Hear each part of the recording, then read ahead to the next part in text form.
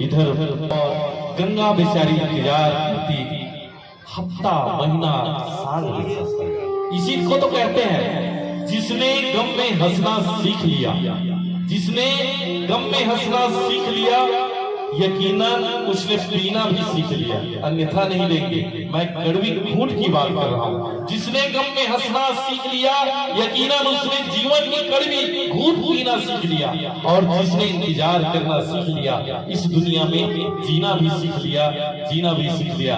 और इधर गंगा इंतजार कर रही है और उसी गीत को आप लोग भी इंतजार कर रहे हैं। आइए इस मंच के माध्यम से सुनते हैं छैला बाबू आई, परदेसी बाबू आई। और आप देख रहे हैं परदेसी गंगा की ये सामने प्रेम गाथा। एक बार जोर से ताली बजा दीजिए।